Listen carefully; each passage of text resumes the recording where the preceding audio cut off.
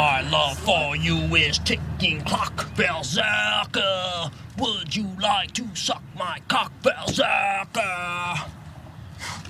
That's beautiful, man.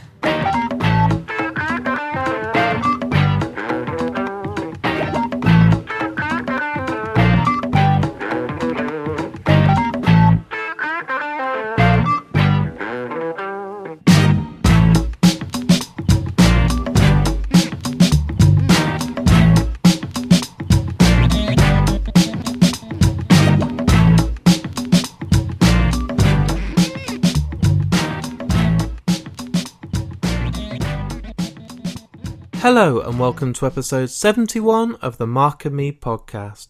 As always, I'm your host Mark, and coming up on today's episode, I'm going to be joined by someone that means an awful lot to me. Someone within the View Askew universe and a very close friend to Kevin Smith, Mr. Scott Mosier. I'm absolutely thrilled that he's on today's episode, and this has been an interview that's been a long time coming. Anyone that knows me will know the reason I started podcasting was because of the SModcast. I used to go to work every day and listen to him and Kevin Smith talking all things crazy movies, films, all these different script ideas and everything, and it inspired me to start Skip to the End and Mark and Me. So to know that I'm joined by him today is a huge deal for me, and I can't wait to share this with you. And the good news is, for those of you that like long episodes, this at the moment is my longest episode I've recorded. It's an hour and a half of me and Scott, so that'll be coming up very soon. But you know the score by now. I like to touch base and talk about the last episode, so I was joined by the Soska sisters. These two were phenomenal. It was a short, snappy interview that helped promote their new release, Rabid, which is a great film that you should all go out and check out. But as guests, they were phenomenal. The interview was short and snappy, but I got a lot out of them. And the good news is, and I think I mentioned this on the last episode, I've been speaking to them both over text, and we are going to be doing a follow-up very soon. And I want to get into it a lot more, find out more about the influences and how their careers shaped to what they are now. So stick around for that, and it won't be too long. But let's get back into today's episode. So as I said, I'm joined by Scott Mosier, someone that means an awful lot to me personally, and I can't wait for you to hear it. So let's get straight to it. Here is me and Scott Mosier. So Scott, thanks for joining me today on the Mark and Me podcast.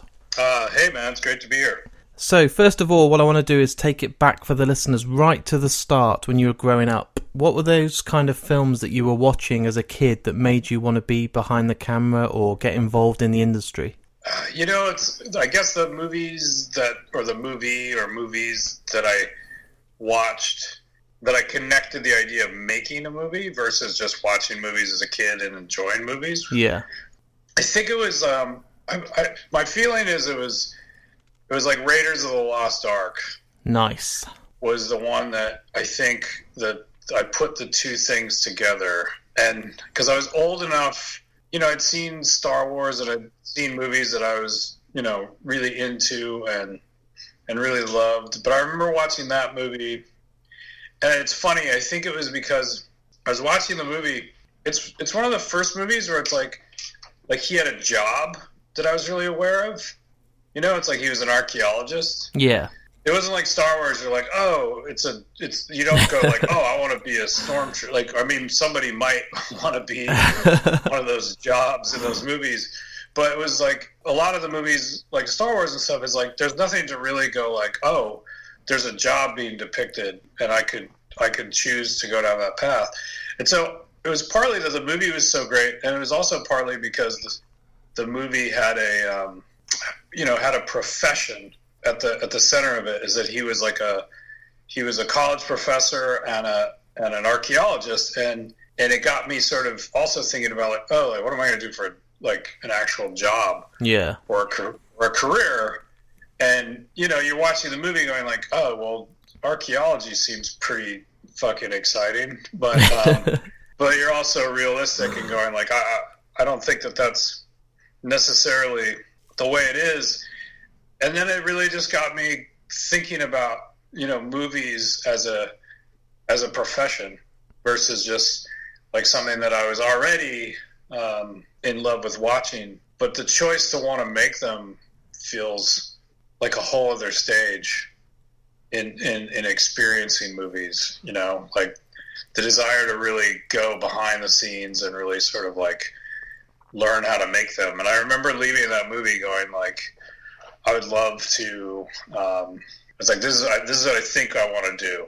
And then from there, once that sort of cracked into my got into my brain, and that seed was planted, then it was like every movie I was watching, that was on my mind. You know, it was like it started there, and then as I watched movies, it became like, you know, my appetite for movies grew even larger.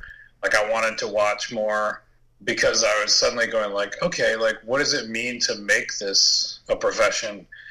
And so I really started watching a lot. And then probably 2 or 3 years after that, I started to, read books and get more serious about it. And by the time I would say I was 16, that was when I was pretty much, that was my plan, that's what I wanted to do.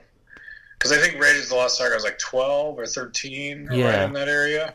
So, yeah, that was the movie that started it all. Was there a bit of a difference then when you were 13? I suppose it was a bit more of a dream, a fantasy that maybe I could make a film like this. But then as you got a bit more mature and older, at like the age of 16, even at 16, I don't think people really know what they want to be. But was it actually then reality, or was it still a couple of years until you thought, actually, I don't know if I can make this a real job or not?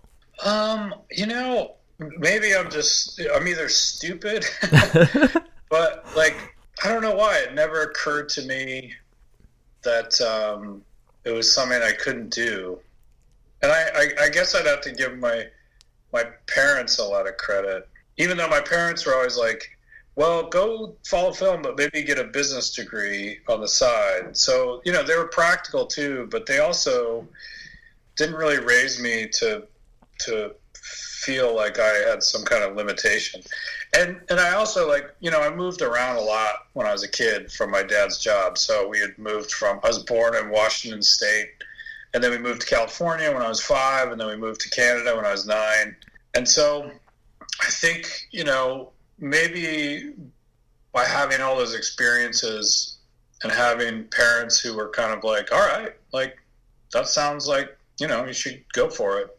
It didn't sort of feel like, oh, that's a dream and I can never accomplish that. It was more kind of like, oh, I want to do that. Like, what are the next steps? And I just started looking at film schools and, kind of reading about how other people had gotten into the industry. And everybody who makes films has a different story, I think, how they got. I mean, I think nowadays there's a lot of us go to film school, so that's a common thread. But before that happened, before USC became the school it was, and all the schools that followed, everybody's path to making movies has been a little bit different. And so by the time I graduated when I was 18, I had a plan to go down to go to California and to start. My grades weren't great, admittedly. So it wasn't like I was going to go to some elite, sort of university and study in some prestigious film program. I just didn't have the grades. But I I found this place, Orange Coast College. It was a really big JC down in California. And they had essentially a film class and a photography. I was like, hey, they got a film class and a photography class, right? So I'll just take those 2 classes, and then I'll try to bump my grade average up. The first 2 things did happen. I did take those 2 classes, but I didn't bump my grade average up. So after 2 years of that, I was in that college for a year and a half, and then I was up near LA, and I was working. I got my first intern job at a producer's office, and it was David Permut, Permut, and he had a movie coming out called 29th Street, which was written and directed by George Gallo, who wrote Midnight Run. Nice.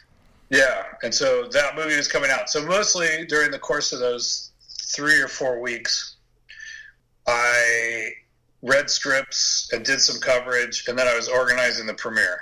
So I was getting on the phone, and people were calling, and it was okay. And And then I ended up getting an interview at Amblin. Wow. Jesus. Yeah. Totally random thing where my uncle had gotten married, and no one ever thought he would get married. And he ends up getting married to this woman whose twin sister works at Amblin in licensing or something. I can't remember.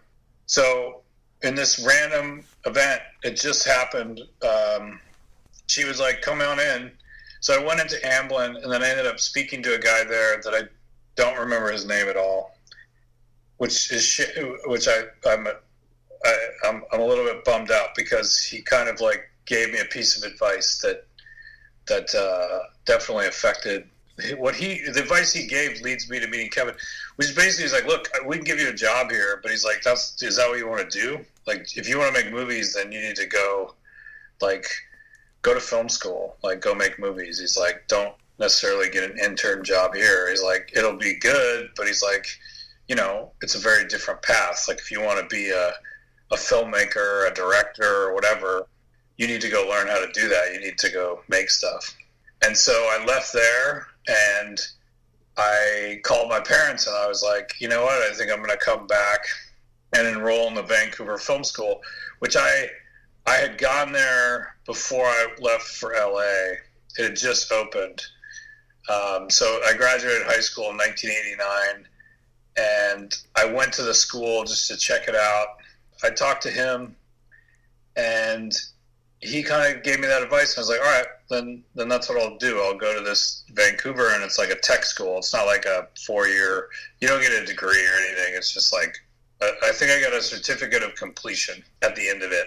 I called my parents, and I'm like, look, this is what I want to do. I want to come back up, go to the film school for it was an 8-month program. And that's what I want to do. And they were, once again, they were supportive. My parents were like, fine, you can come back, but you got to finish.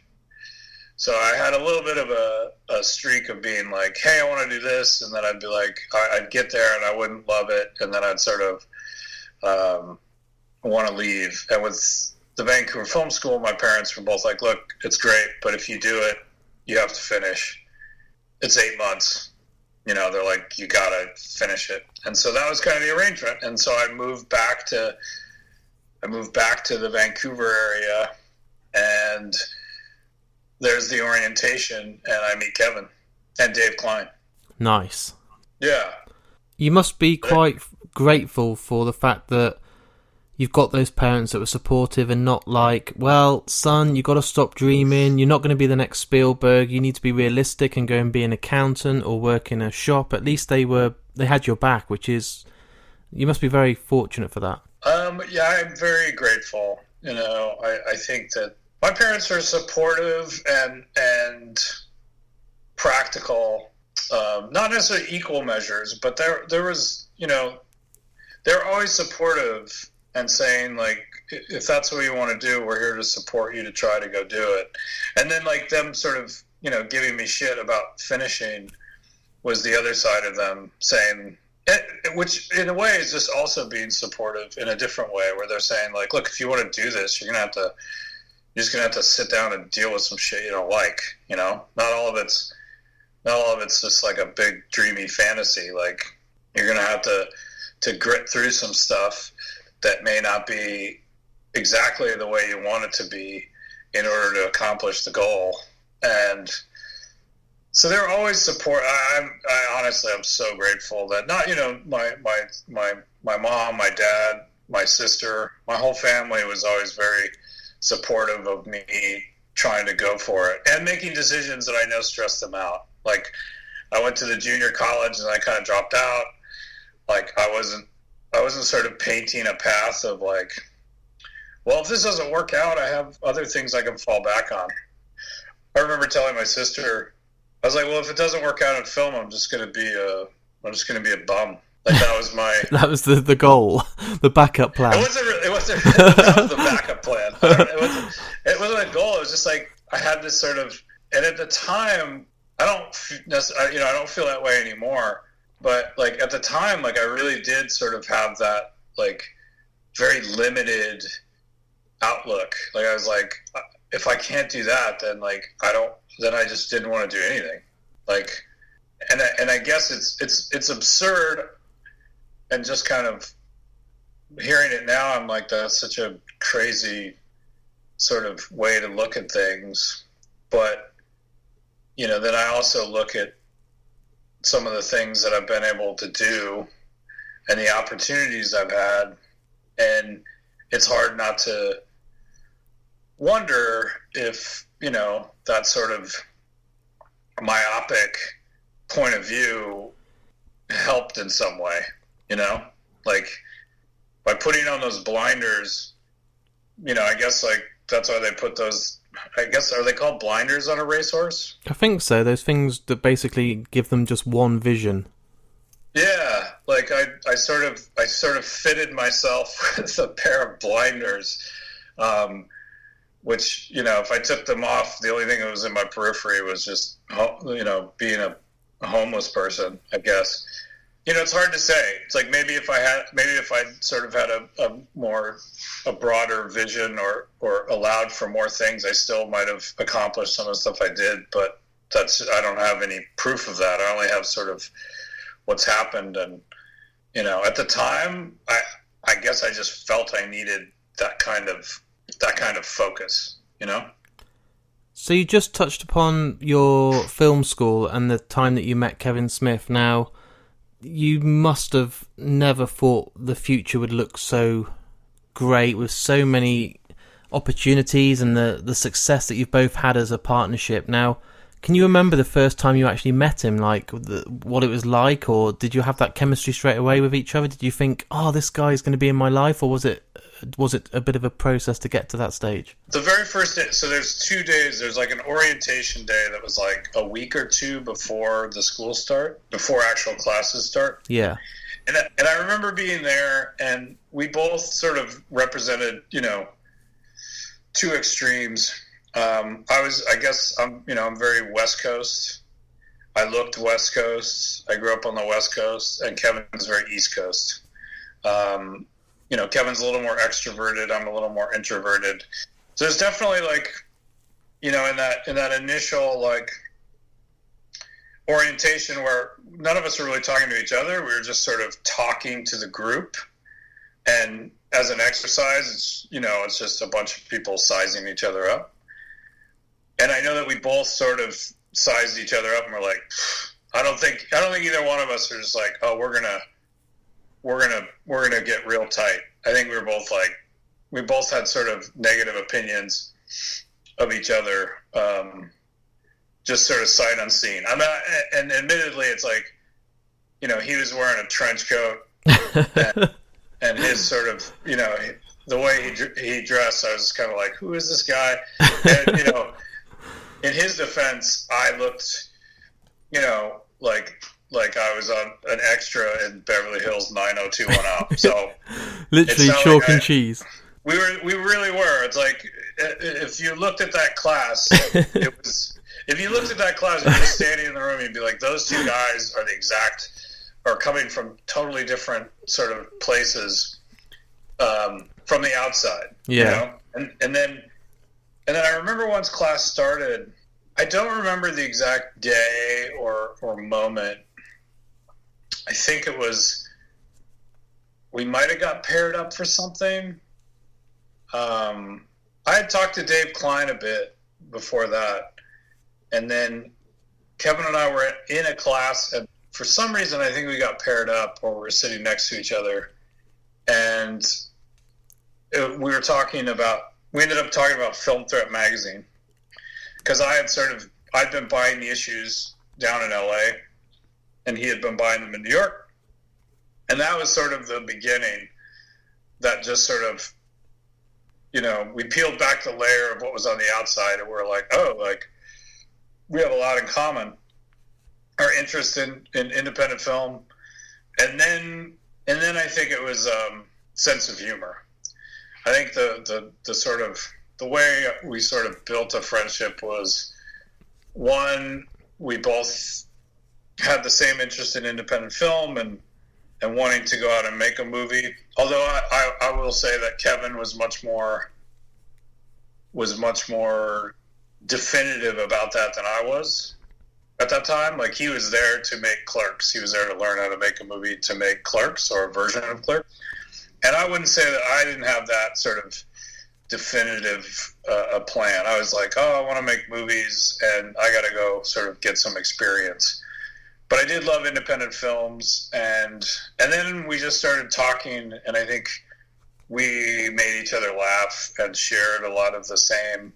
We're a year apart, so we kind of grew up during the same time and watched the same movies and played with the same toys and shit. And so we, and then we just started bonding, and then we were basically inseparable.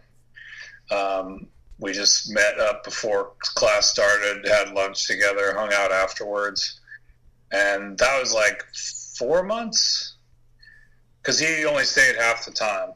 So we forged a very, once it started, we sort of were, very like keen on each other. Yeah. And sort of dialed into each other. It blossomed really quick, didn't it? It did, and I mean, on one level, we're in school 8 to 10 hours a day. I can't remember the schedule. But, it's that thing of like, oh, well, we're together already like over 40 hours a week in close proximity dealing with each other. So, that sort of fans the flames of bonding really quickly. There's the fact that we had all the stuff in common, but how you really uncover that and start to discover and link up is just through time. And so from not knowing each other at all to spending 8 to 10 hours a day for 4 months, you can bond really quickly if you're under those kind of circumstances. And it's like anytime you go into something new where you don't know a lot of people and, you're trying to figure out your place inside of that group, I think that lends too towards people bonding, like you come in there like, okay, it doesn't matter. What's funny is like, saying it out loud, I'm like, because I moved all the time. It's like it happened to me when I was 5 and when I was 10. And, when you go into situations where you don't know anybody, we're all inclined or driven to find somebody to bond with. And so I think both of us were super open, which is part of why it happened so quickly too, because I think we both entered into that room going like, all right, like this isn't about being picky. This isn't about, being standoffish. It's like we were just totally open to like, you want a buddy. You want somebody to hang out with. You just want somebody to share the experience with. So it's just the perfect recipe for us to sort of like slam into each other and sort of become very close very quickly. So you said then that you were there for one reason and you felt Kevin was there for just basically learning and crafting to be able to then make Clerks. Can you remember when you first discussed this and it actually felt like, this is going to become reality and I'm going to be involved with Kevin in making this film on a scale that isn't just a couple of mates and a camera? I don't remember the exact day that he brought that movie up. I felt like it was... I felt like we spent a lot of time sort of just bullshitting and talking about other movies, and it definitely wasn't immediately. And then he started to say, part of why he was there was he had told all his friends, like, I'm going to go to film school, learn how to make a movie, and then come back and teach you guys. That was his plan. And then when he got to school and he met me, it was this thing like, oh, like I can actually... He started talking to me, and then I became a part of that plan.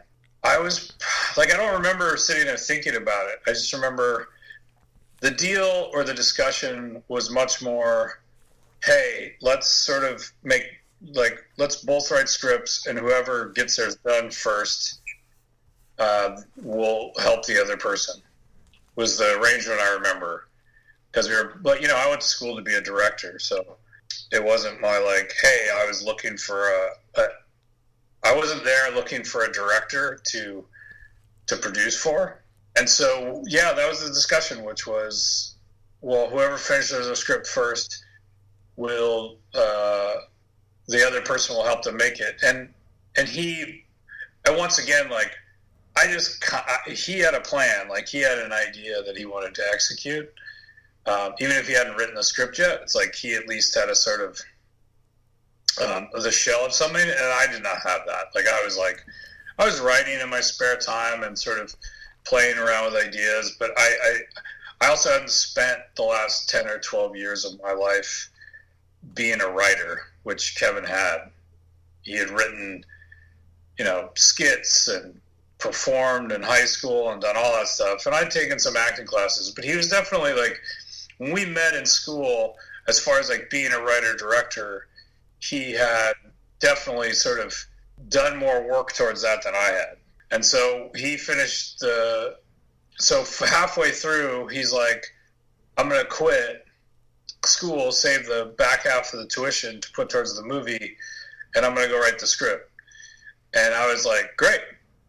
And, with a lot of those things, you're like, when you're young, I don't necessarily remember feeling like, oh, this shit's all written in stone, Yeah. Like, there's no contracts. It's like, for all I knew, he was going to fly back and lose interest. Like, you just don't know. Like, I think we both knew that we wanted to do it, but, who knows? Like, something could have come up or family emergency, or who knows? Like, he just left, and I was like, okay, this is what's going to happen. This is the plan. I started working on the short films and trying to just get as much experience editing or doing whatever, just learning as much of the process as possible. And then he sent the script, and that was kind of the biggest moment in the whole sort of Clerks becoming a reality, I think, looking back, was once he'd written the script and sent me the script, that was when there was a feeling of like, oh, wow, like, this is a real thing. And it's not just a real thing in the sense of, oh, we could do this. It was like, oh, this is like a real script. Like, this is actually funny. Like, this is because being in film school, it's like everyone's writing scripts. I was writing scripts. Everyone's writing scripts. And so I'd read a lot of stuff of, amongst all our peers, and nothing had a voice. Nothing was that clear. Nothing was that funny. So once the script comes in, that's when I'm like, oh, wow, like, this is then it really felt like, oh, this could be a real thing. Because it was a real thing. I was reading something going like, oh, like, I can, like, this is a movie. Like, this has, this is something that I could see getting made, and it has a point of view, and once again, like, it was funny as shit, and outrageous, and like, I hadn't read anything like it. And so that was the moment it all got pretty real for me, because it also showed like, oh, this guy is really going to do it. Like he's on it. Like, he's written the script. He's ready to go. So every discussion from now on is a real discussion about how do we make this script.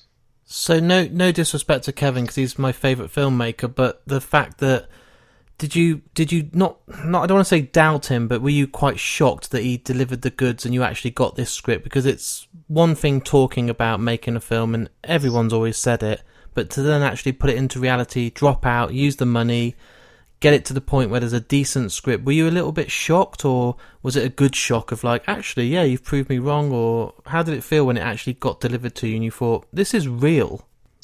Well, I'd say on a writing level, I had read, he had written some shorts during school, and I'd read his writing. So it wasn't like I read Clerks and I was like, oh my gosh, he is a really good writer. Like, I already was aware of that. And I think even if I think back, there was a certain, like, everybody shows up to school and everybody's like, all right, we're all writing scripts. And here's this guy who's just so obviously more advanced than everybody else in that respect. And I could tell, like, everything he wrote was just like memorable and felt like It was just more mature, and so I wasn't shocked when I read the script that I was like, oh wow, like this guy can write. I think I was more like, oh wow, this is really going to happen. Like, this is the, he's really committed. But even then, I'm like, I kind of, you know, when I met Kevin, I've met very few people in my life or at a time in their life where they seem to have such a specific idea of what they wanted to do. Like, I might have said, hey, I want to get into film, and if I can't do that, I'm going to be a bum, which is a very sort of specific mindset. Yeah. But it's not a definitive plan. It's not like I was like, I'm going to go make this movie. You know, it was more just like, I'm going to go get in there. You know, I'm going to go find my way into this industry and become a filmmaker. But Kevin was like, I want to make this movie. So he had such a specific plan that when I read it, it definitely just made me go like, oh, okay, here we go. But I wasn't shocked because I kind of had spent enough time with him to know that, like, oh, this guy's got a plan. Like, he is not going to sort of, I never was just like, I kind of said it before, which was more like a general thing, but of like, you know, when you're when you're in your 20s and everybody's talking about doing a million things. But with Kevin, he definitely had a plan. Like, it felt like this guy's going to do this. I definitely, when he left, it did feel real, but the script just sort of changed what that was. It changed it from being like, oh, we're just going to do this for fun, just to get more experience, because I was working on friends' short films, and that's what it felt like. Whereas, like, well, like, look, I don't know if this is going to be a thing, but you know, we all get to have experience, and it's great. And with Clerks, it was just, and I'm not saying that I knew that it was going to do. I had any idea that what was going to happen was going to happen. It just felt like a different project. It felt like that there was something. It felt like there was something there, which I couldn't even articulate at the time. Like, I just remember I was working on a short film, reading the script. I was a dolly. I think I was a camera dolly.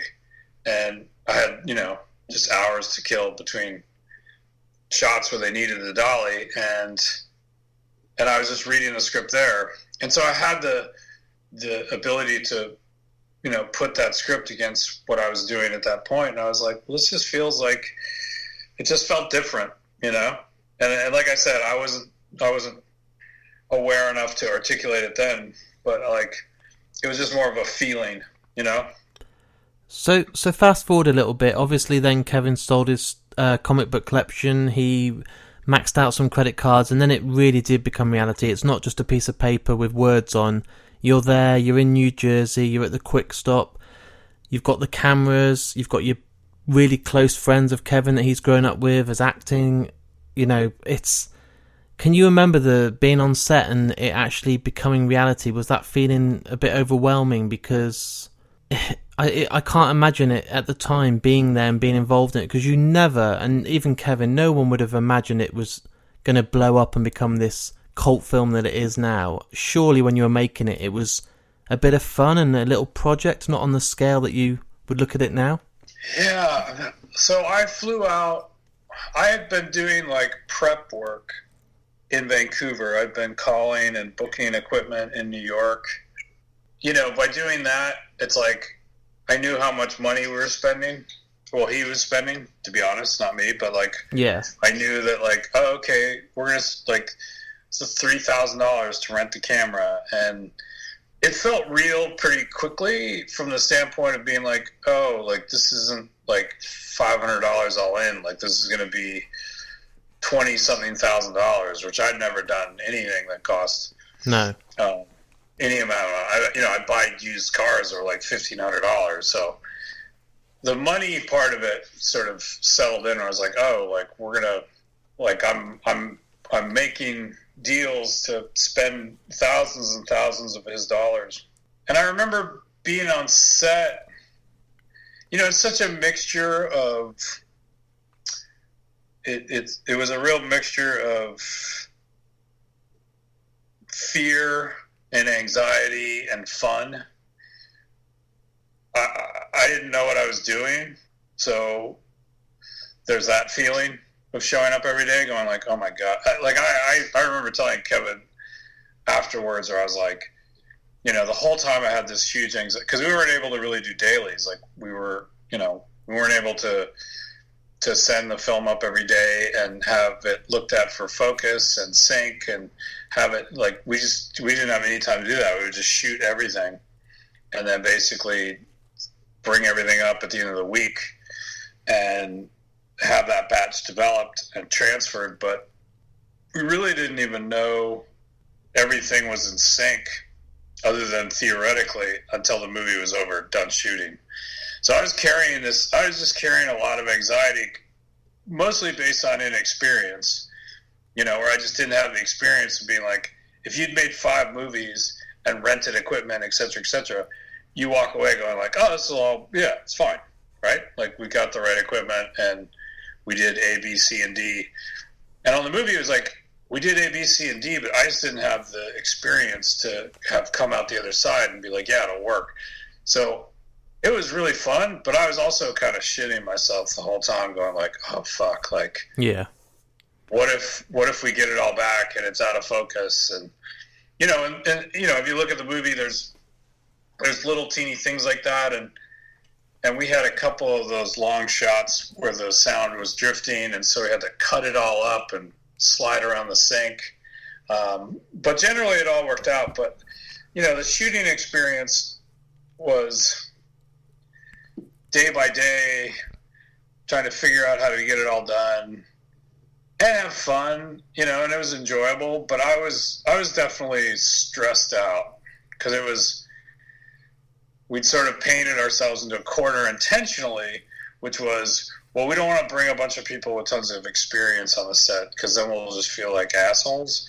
So why don't we just like surround ourselves, like it was me, Kevin, and Dave Klein, because there was a moment where Kevin was like, oh, we should hire this DP in New York. He has his own camera package and stuff, and we get him and everything all together. And we'd sort of talked about like, I just am nervous that like they'll be telling us we're doing it wrong, Yeah. And it was like, well, why don't we create more of an atmosphere where it's like, we'll get what we get, but nobody's ever going to be saying we shouldn't do it that way. And I think that comes across in the movie a bit. Definitely. Which is that we sort of were able to work from a sort of a naive point of view. And that was part of what was really fun, but it was part of what was scary too for me, like feeling like, oh, like we could have made just a ton of bad decisions and this could all blow up in our face. And it wasn't until we were really cutting some of the stuff together that it was like, okay, like now we know that, now I got through my first shoot and I know that we didn't totally fuck it up. So now it's like the anxiety of cutting it together was a lot less for me personally. Like I was like, oh, it felt like getting through the shoot was the hardest part. So you must have been blown away then a few months down the line when it was finished, it was all done, you're going off to film festivals and the hype is snowballing, everyone is loving it, it's winning awards. You must have just been like, how the hell did this happen from us meeting with our friends in a shop to make a small film, Yeah, I mean, it was you can't, when you're having that experience and you're making it, you're always saying like, oh, well, we're all here because there's we're all there because it's a possibility, right? Like nobody's making their movie.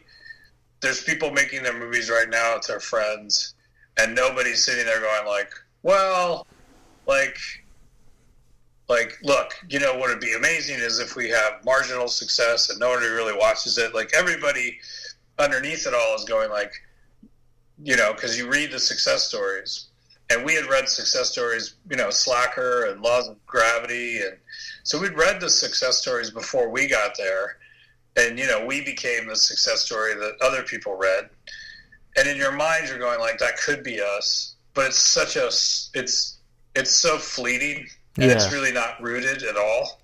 Like, you don't really feel that. It's more of a wish. Yeah. And so when it all started happening, it all felt like it was just like,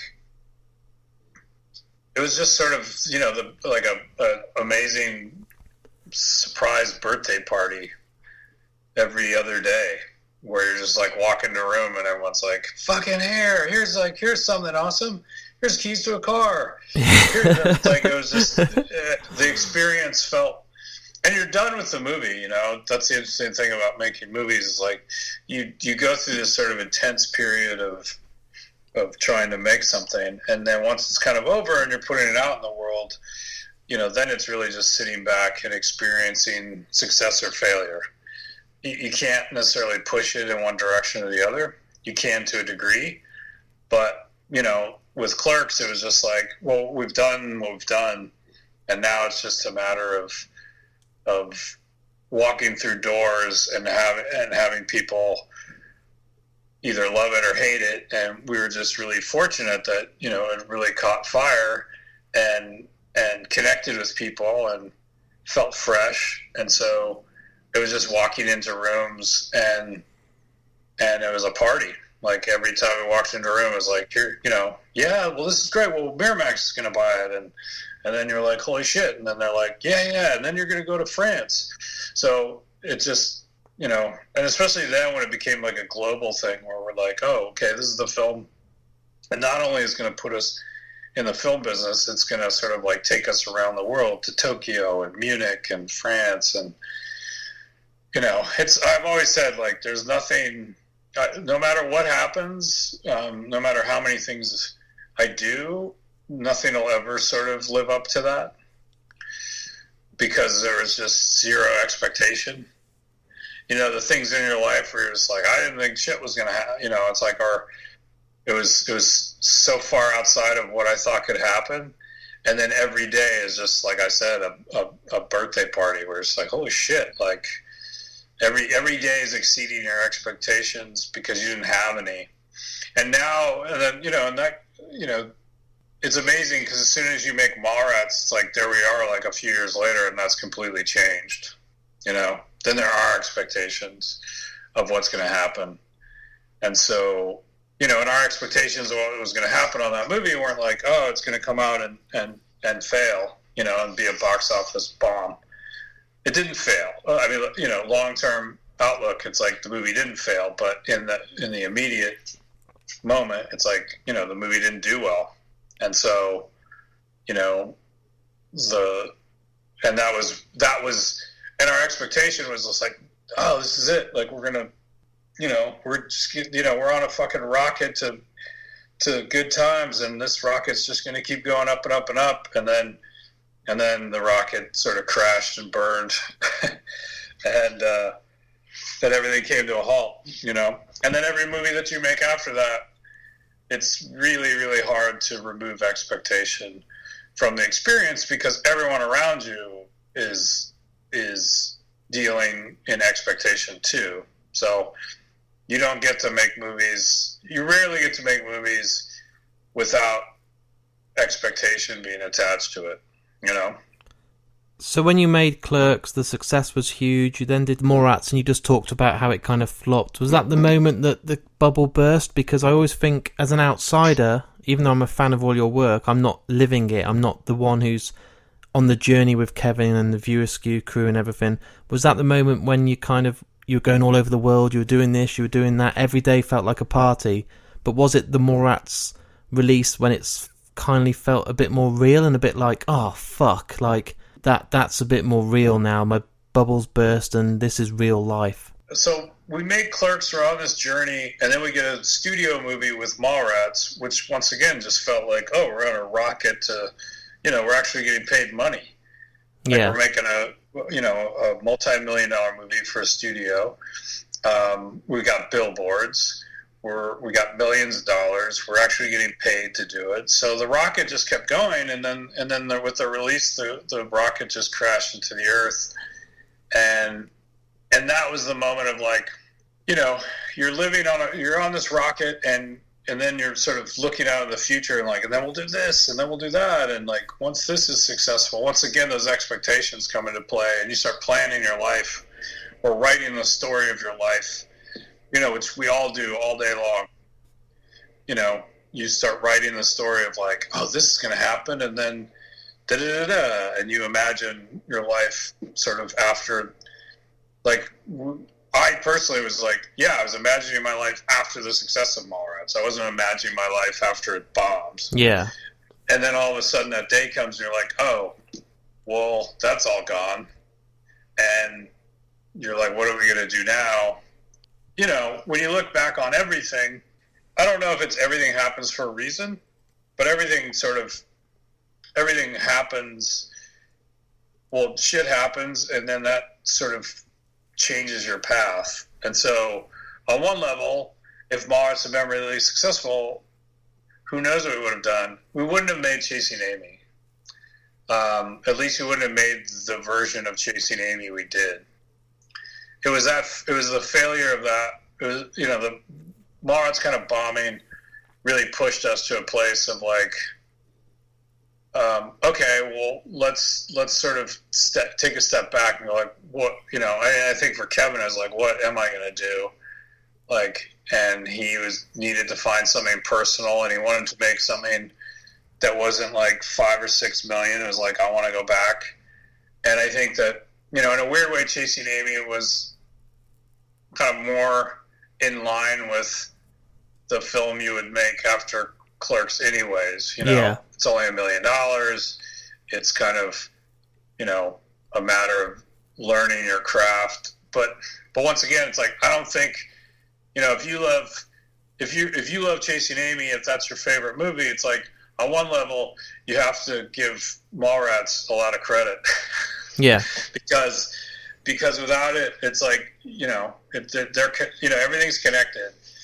And so yeah, like I think Chasing Amy was like the part where we sat there like, okay, we had a lot of success, we got in the business, and we bombed. And now you're like, shit, are we going to get, you know, are we going to be able to stay in the business? How do we sort of put something together that goes back to more of a low risk sort of situation for everybody and show that we can really deliver? And that's what Chasing Amy becomes on a lot of levels, you know. I think it's a more personal movie in that there is stakes. Like, there are the stakes of like, all right, we got to quickly get back in there and show people what we can do and show that we can hit, you know, we weren't just one-hit wonders. And for me personally, it was like, oh, I'm going to take a lot of it on and try to produce it exactly the way I want to produce it, versus Mallrats, where there's a lot of different producers. And I'm not saying that that affected how the movie was. It was more of a personal thing where I was like, well, if I'm going to do this, like, I'd like to do it my way. I'd like to know that I'm contributing, you know, more than just sort of, I just wanted to be like, well, let me try to do it my way so I can sort of know whether my instincts or ideas are good or not, you know? Like that, you want to learn by, we're all sort of pushing out and trying to find whether our ideas or our sort of how we look at things are going to land, you know? Like, I wanted to know in Chasing Amy that, like, I could take this on and do it my way, and at the end of it, it worked out. And not every way I wanted to do it worked out. Like, there was things that I was like, I made mistakes and stuff like that. But overall, it was a big learning experience and a growth, like a big, I grew a lot on that movie by sort of almost killing myself.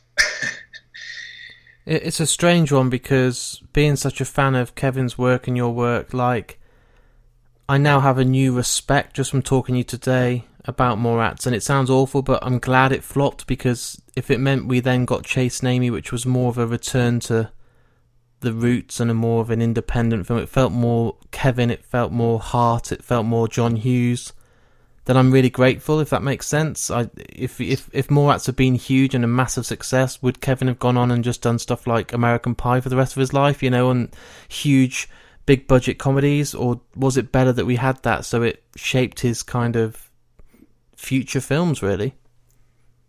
I mean, it's like, what would we have done if Mallrats was a huge success? I don't, he still wanted to make Dogma.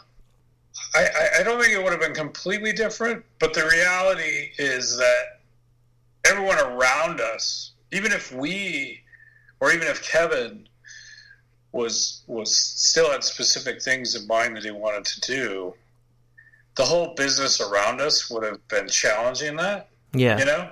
They would have been like, oh, no. Like, oh, yeah, but you should do this. Like, do another rated R comedy. So, and that's, it's speculation as to what our paths would have been. But certainly the temptation and the expectation and everything would have been very different. Because after Mallrats doesn't do well, it's like, well, once again, we're back in a situation where everyone doesn't really have any more expectations. Like, everyone's like, like maybe they had one in them. Maybe Clerks was the only thing that they really had, or that Kevin had, that both of us had at all. Like, everything else, like that was sort of just like luck, Luck. You've been like called the one-hit wonder. Yeah, basically, they call it also the sophomore slump. Like, everybody makes their second movie and it doesn't do that well. And I mean, on one level, I tend to look at those early days and go, like, we were kids too. Yeah. Like, we were young. Like, I turned 24 on the set of Mallrats, and so, the decisions we were making was, to go make Mallrats was really about, like, yeah, let's go do a studio movie. Let's, like, get locked into the business and have that experience. One, because it came, we were offered it. Like, that's that thing where it's like you finish Clerks and then suddenly people come knocking and say, like, hey, do you want to do this? And it was Jim Jacks who made Dazed and Confused, which we both liked, and we knew Richard Linklater. And we're like, oh, wow, like, we can make we can go make a studio movie at Universal. And Kevin had the idea for Mallrats, which was a fun, great idea. But,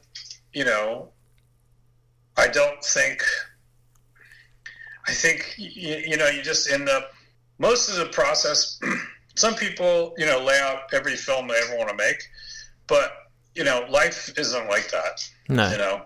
Everything is, you do something, especially with films, it's like, you do it and it comes out, and what happens when it comes out or how it's received does shape what you're going to do next, because it changes what your opportunities are. And so when Chasing Amy comes out on the other side of it, that creates the momentum to get a movie like Dogma made and get that kind of cast that's in Dogma. Without Chasing Amy being what it was, being a movie that allowed actors to really, put in, like, real performances. Like, Chasing Amy becomes the one where everyone goes, like, oh, like, this guy can write. Like, this guy can write great roles for people. So, and tell, like, a really interesting, heartfelt story that's funny. And so Dogma, once again, Dogma is only, if you don't like Chasing Amy but you love Dogma, then, once again, like, you have to at least acknowledge it, because Dogma doesn't become possible without that movie.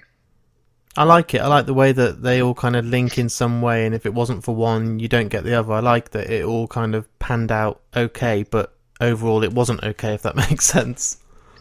Yeah, and it's like you can't write your life. No. And you can't sort of decide whether you're gonna. The truth is, like, I feel this all the time. I'm like, I'm a determined person, and I have goals, and I push to reach those, but I don't get to decide what succeeds and what fails. I just don't. I can do all the work I can. I can put everything I have into it to make it a good movie against whatever the circumstances are when you make any movie. But I don't necessarily get to decide whether it's a success or a failure. And once you accept that, then, for me, you just have to do the work and then be ready. And then just take a deep breath and be like, well, it's either A is going to happen or B is going to happen. And if A happens, I'll be prepared to do, then I have this list of opportunities, so I'll do that. And if B happens, then I'll have to rethink, or come up with another idea or something else to do, which is not something that you can I only say that now, and I'm almost 48, so it's not something that it's not something that I was thinking about or understanding when I was, like when Kevin and I were making those early movies, like we were just living it day by day and just having those experiences.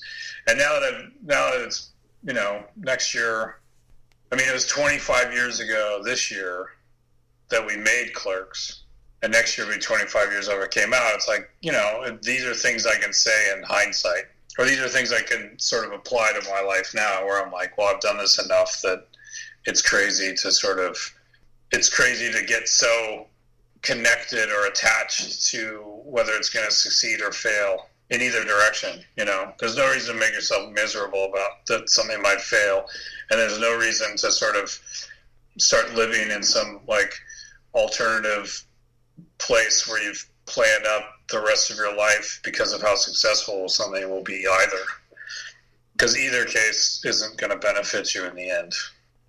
It's nice and inspiring to hear that, and it's only took you 28 years to think that, because your last plan B when we first talked was be a bum. So it's come on well. Exactly. And it's funny, this isn't just this year, but it's like, I remember my sister bringing that up to me like 5 or 6 years ago. I think I'd forgot about it. And I was like, oh my God, like that is such a strange thing to say. But then as soon as I was sitting there, I was like, oh, but I felt that. Like, it wasn't like me just I wasn't just being dramatic. Like, no. I remember feeling it. Like, it came from an actual feeling inside of me. And now I'm old enough that, like, I don't feel that way at all. It's like, I feel like, and, hopefully because of experience and age, I'm like, there are many things that I could do and feel fulfilled, So, fast forward a little bit, you obviously then produced 8 films with Kevin. The partnership was going from strength to strength. Stuff like Dogma is an absolute masterpiece. People still talk about it now. It went stronger and stronger, but after Zack and Miri, you decided to kind of leave the nest, go alone and kind of, not do any more feature films with him. Did it kind of feel the right time, or had it been a feeling that you'd had for a few years prior to that, or did you just know inside that now's the time? It wasn't, just for context, it wasn't like Zack and Miri happened and then I just suddenly came out of the blue. Like, Kevin and I had the conversations a few times where I was like, oh, I'm not sure. And after Jersey Girl, I took like 6 or 7 months off and traveled. Yeah.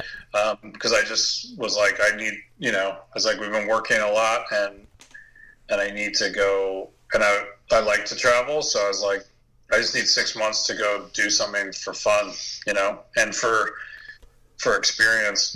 And so, the seeds of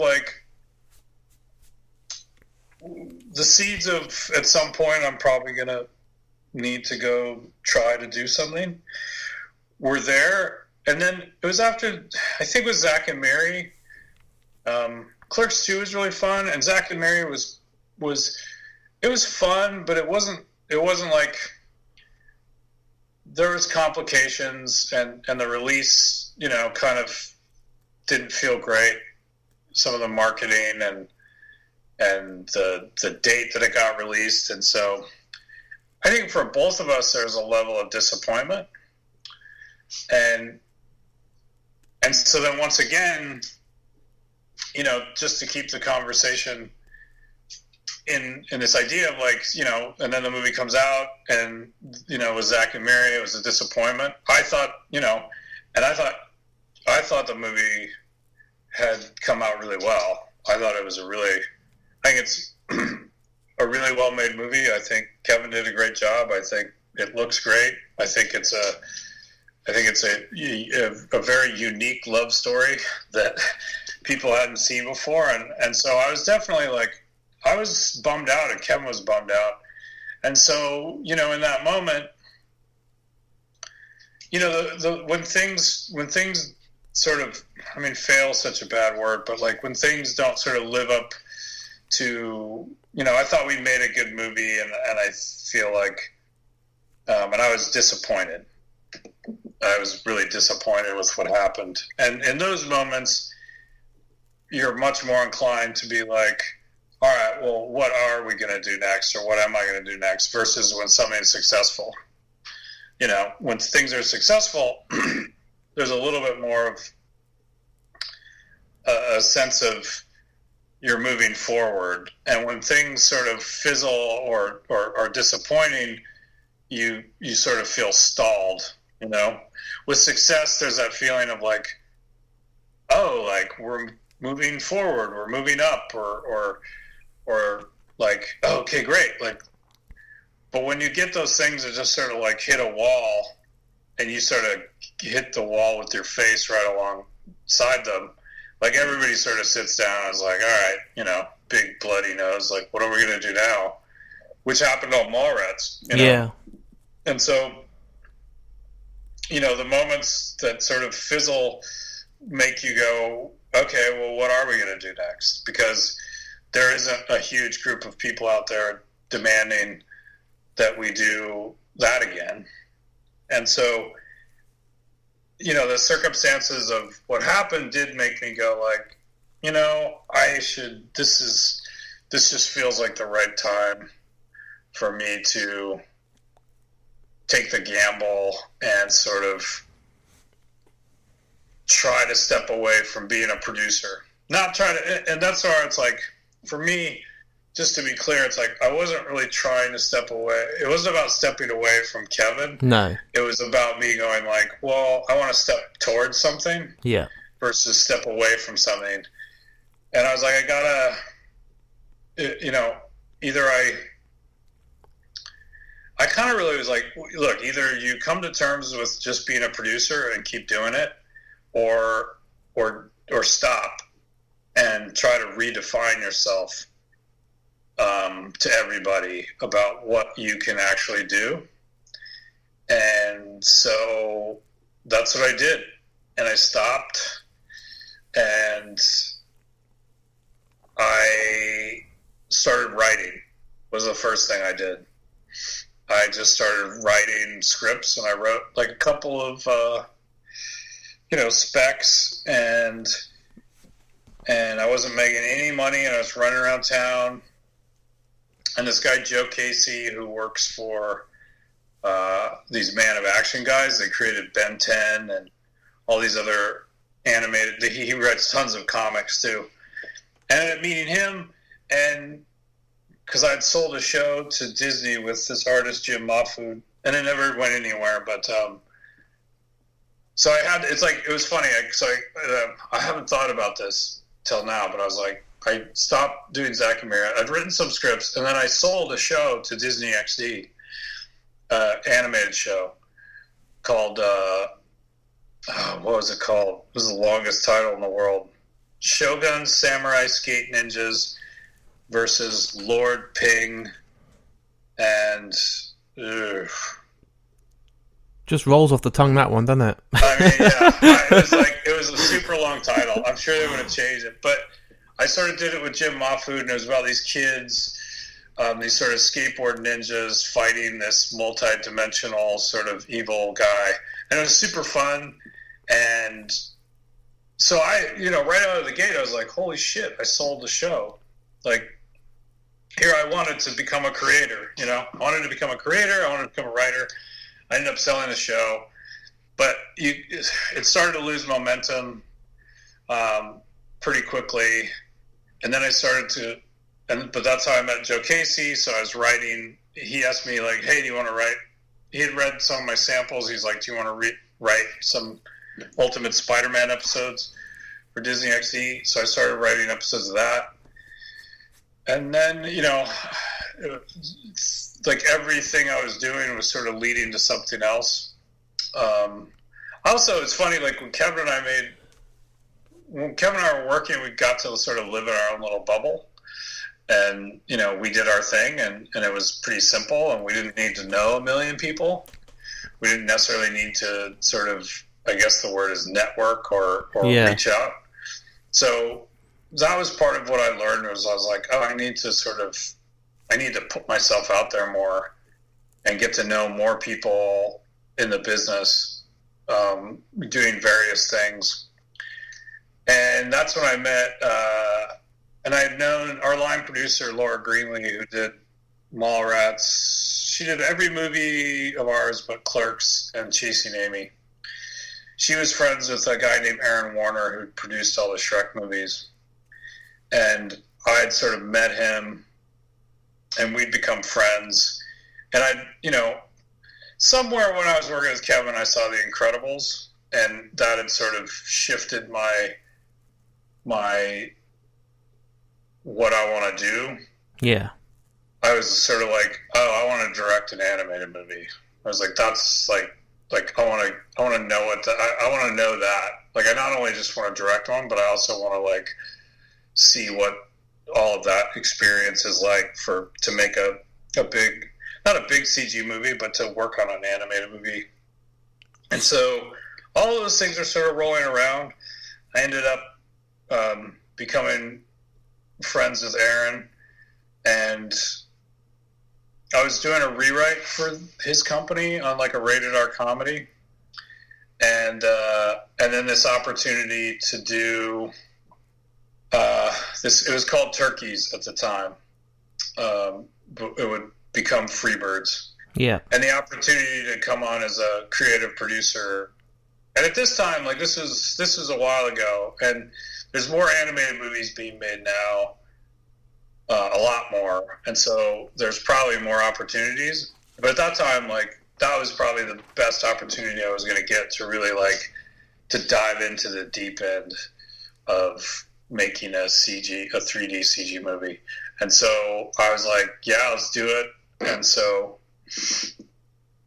I did that. That was like 18 months, 19 months, kind of almost 2 years. And while I was doing that too, while I was trying to, now I'm going back a little bit. When we did Zack and Mary, I did a short documentary with these guys who were on the editorial crew of Jersey Girl, Tim Sternberg and Francisco Bello. And they were making this short documentary called Salim Baba.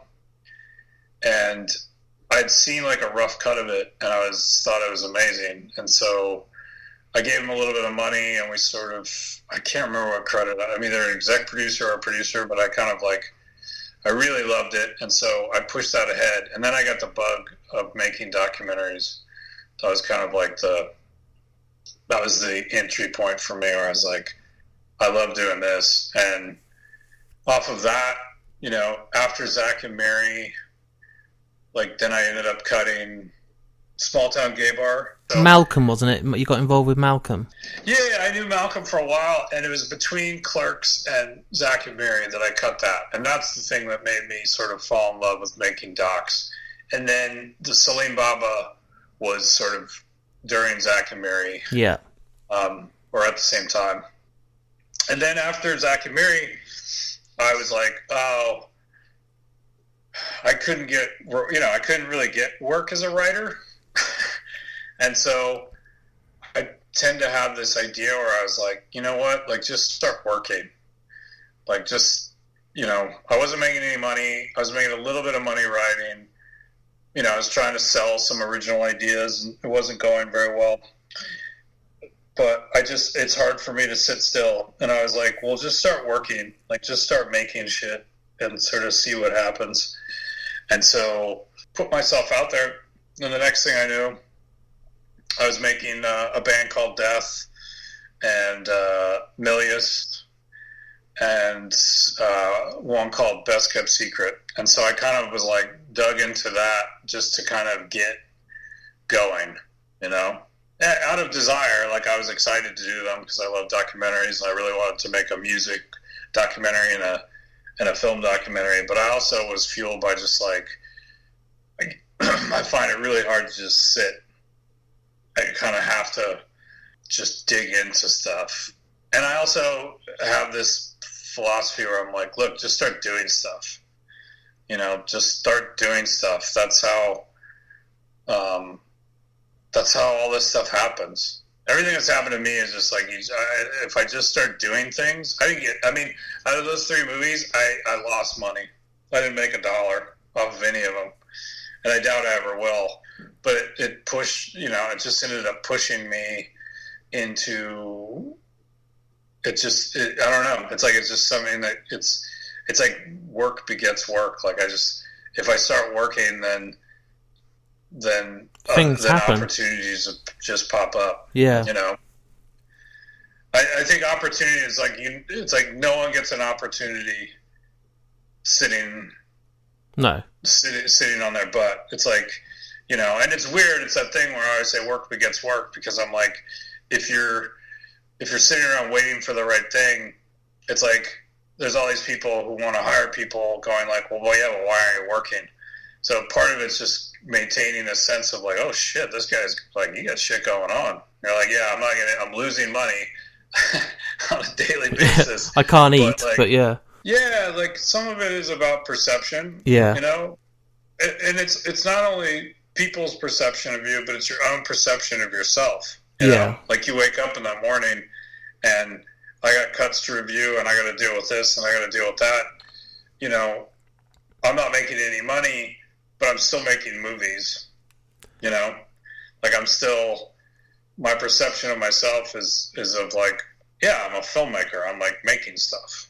And you must feel like you have a purpose to get up, otherwise you just lie around in bed doing nothing all day. Yeah, I mean, you know, having relying 100% on your own internal motivations is, I mean, that's a talk, like, I'm always weary of that, where I'm like, look, it's good to have external motivations. I think you need to be internally motivated, but I think, you know, having somebody where you're like, oh, these people are depending on me to do this thing, I think it's like you need to at least have a mixture. Putting yourself in a situation where it's like you basically have to be 100% internally motivated. You know, you're making your life harder on yourself. Yeah. You're putting yourself in a tough situation. It doesn't mean you can't do it. It just means that, you know, you've set a very, very tough goal. But having, like, for me, like, you know, and while I was doing those things, while I was doing those documentaries, which created, and I love the documentaries, but it creates sort of external motivation where I know I have to do this, and I know I have to do that. You know, it also, in the meantime doing that, like, I'm also sort of, you know, able to carve out the time for the things I want to do for myself. And so while I'm doing that, then I get the offer to do Freebirds, and I sort of jump on that opportunity because I was like, look, you know, I knew it was a tough schedule, but I was like, this is your chance to get a crash course and kind of learn how to do all this stuff. And so I did that. And then I come off of that, and I'll be honest, like I was sort of trying to figure out if I wanted to do animation again. Was it tough because you said that you said The Incredibles you watched with Kevin, which kind of was the game changer for you that made you go, oh fuck, this is what I want to do. Then when you went to do Freebirds and actually got to get involved and spend 18 months of your life invested in it, did it give you that sort of fire in your stomach that you then want to do more, or was it a bit of a, oh fuck, this is completely different and not what I expected and a lot different to what I had hoped? I think the thing that it wasn't that. Like I actually really, I love being around artists. It's like, one of the amazing parts of making animation is being around so many artists, whether they be, viz dev artists or, digital artists or storyboard artists. It's like, it's so much fun to be around, because I wanted to go to art school too. Yeah. And I sort of picked film school. So to me, animation is sort of like me living out a little bit of pulling those two things together. So I loved all of that. What happened at the end of Freebirds was, because I was the producer, I was like, can I get it? Like, I wasn't sure I wanted to, once again, I was like, I don't know if I want to be a producer, So the struggle at the end was like, well, this maybe gives me a foot in the door with animation, but is that just another foot towards producing again? And so that's kind of what I was struggling with. It wasn't really about like, oh, I didn't like animation. I was more just like, well, is this just a ticket to produce more animated movies? Yeah. And so I was sort of just thinking about that and trying to figure out if that's what I wanted to do. And in the meantime, I was like, I've always found that for me, like movie therapy is what I call editing. It's just like movie therapy for me. I can sort of sit down and at an Avid or an edit machine in a dark room, and there's something just so natural and soothing and calming about doing that. So I went back to editing. I was like, you know what, I don't know what I want to do next, but I know I love this. Like, I know that I can sit down and do this and just really, really get immersed and just sort of really tune in on something specific, which part of the reason why is because it's the opposite to me of producing, where it's like, it's just, I get to do one thing, like I'm not looking at I'm not looking at the 55 pieces of the pie. I got one piece of the pie, and that's all I give a shit about, and that's all I got to focus on. And so after Freebirds, I took over as the editor on a movie called No Escape, which was with Owen Wilson and Lake Bell and Pierce Brosnan, by these guys, the Dowdle brothers. And so I took over. I mean, the movie was pretty close. I mean, the cut I saw, I didn't do that much work. I was just kind of there to sort of manage some notes and sort of look at a couple things at the end. And so I did that, and it was just like a really great sort of fun experience. And I really liked the directors and the producers, and so then I finished that, and then I went straight on to Zach Knudsen, who did Milius. He got a job doing there was a documentary for ABC called Pulp to Pop about Marvel. Yeah. And so Zach calls me about the Marvel documentary. I cut that, and during that period of time, I got an email from Chris Maladandri, who runs Illumination, and I start meeting with him, just like general meetings, and then he brings up the Grinch, and I thought about it, and I've always been a fan of the property, and he sort of brought up the Grinch as a producer. My original job was as a producer on it, or one of the producers, and so we talked about it, and I jumped on board like in December 1st, 2014. That long ago, and, crazy. Yeah, it was almost 4 years. Yeah. It's been 4 years, yeah, essentially. And yeah, and then it was just it's been four years, and at some point I was sort of, as a creative producer, I'm very hands-on. I do, really sort of in the mix. And so, at one point I was elevated to director, which I had been very upfront about at the beginning. Yeah. Was that something that I really wanted to do? And I co-directed, while I was producing Grinch, I'd co-directed a short for the Sing DVD with somebody, which was really fun. And then I got the opportunity, and then I called my wife, and I was like, well, this is the opportunity, and we're gonna, it's like direct the movie and move to Paris. And yeah, it all happened really fast. And she was okay with that? She was like, yeah, Paris is good with me? Yeah, we don't have kids, so it's the sort of the heavy, like, oh shit, what are we going to do of having kids? It's just us and some dogs. And so, not to say that getting the dogs there wasn't slightly complicated, but they don't give a shit. They don't go to school. No. They're just like, there's grass to shit on, and there's food in the bowl, so they're fine wherever they are. It was just like the start of a big, huge adventure, which just wrapped up in the last 4 or 5 weeks. And how do you feel about the response? Because it's a massive film. It's one of the biggest films releases of the year. Your name's everywhere. You've got to travel again everywhere. And this is going to lead to so many doors opening for you. That do you feel content? Do you feel happy? Do you feel excited? I feel all three of those things. I'm content after doing all the 4 years of work, and it's not just my work, it's the work of everybody. Yeah.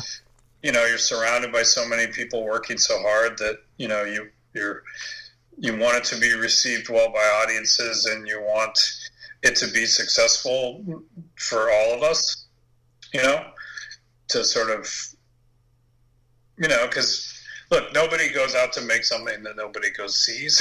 No. Like, it's not, you also go like, yeah, but I'm also not totally in control of whether that happens. So the excitement for me is I'm really happy that audiences are receiving it. So I'm happy for everyone that worked on it. I'm excited. I'm trying to be really present, Yeah. and just sort of enjoy this moment. I think because it's 4 years, it's easier to do in a way, because you're just like, holy shit, that was a long time. Like, that's twice as long as any other movie we've made. And so, the fact that it took 4 years is just this big reminder of like, well, stay in the moment right now and just enjoy this time. The movie coming out in November was, it's kind of perfect because the movie's out, and, there isn't that much to do between now and the end of the year, except for listen to more fucking Christmas music. But yeah, it's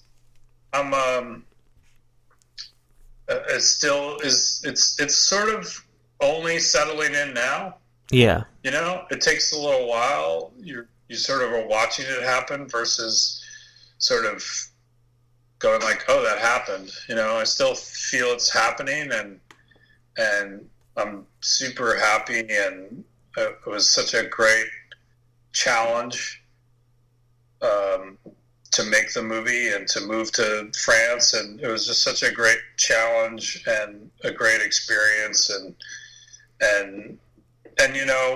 I think looking forward, it was such a great challenge and experience that I kind of recognize that that's what I'm looking for next is the challenge and the experience, because when those two things, when you can have it, when you can really line it up and challenge yourself and create an experience where you're pushing your boundaries, when you get done, regardless of what happens with the movie, as far as whether it's successful or not, you've grown and you've learned. And so I think it's really important that whatever I do next has that challenge to it.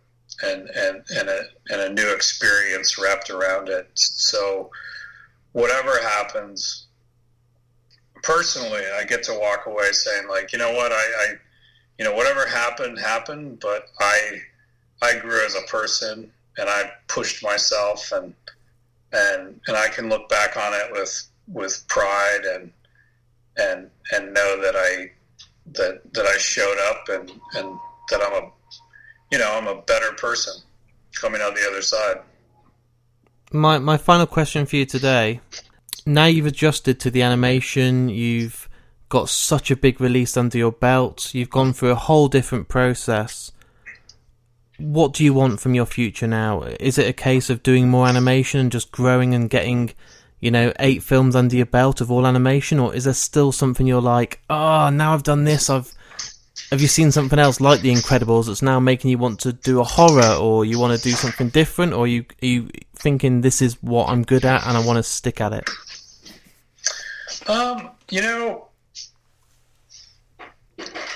It really is just about finding a great story.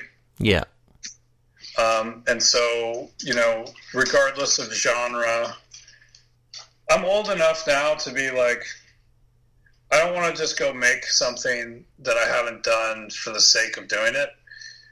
It's like, whatever I do, whether it be animation or live action or a horror movie or whatever it is, at the heart of it is like trying to find a really great story that I can sort of connect with, and sort of, and so that's all that, that's kind of where I'm at now, and that's the path I'm on, trying to sort of locate that.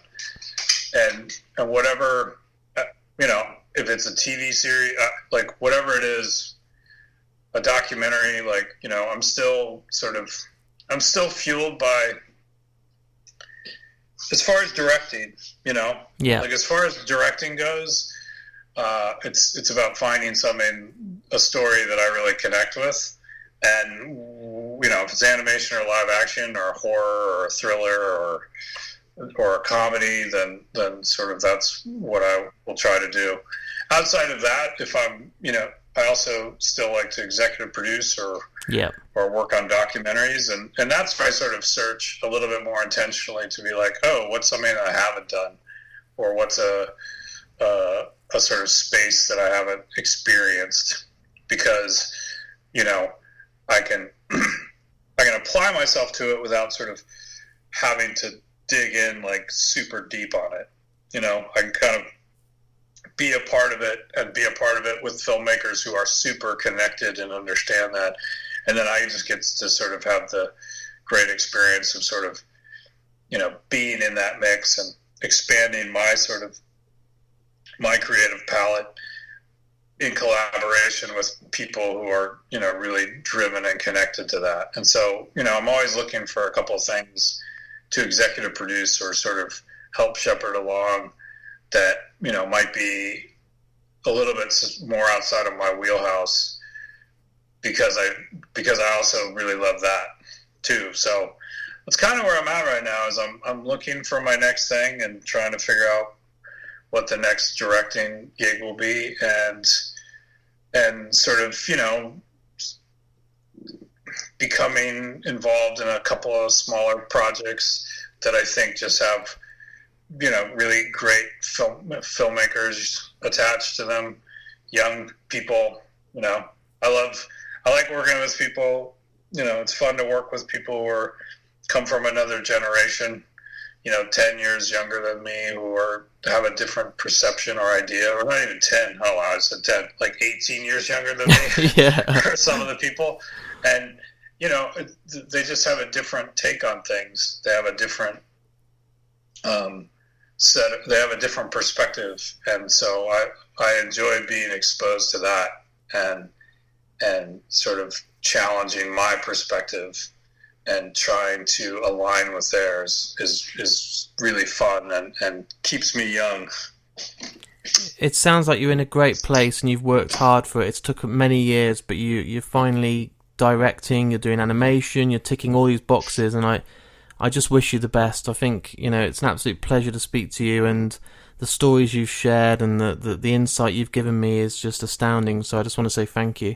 Oh, it was my pleasure. It was really great to talk and to sort of I feel like all I did was sort of blab on about like my sort of year to year of making movies, which I guess was the point.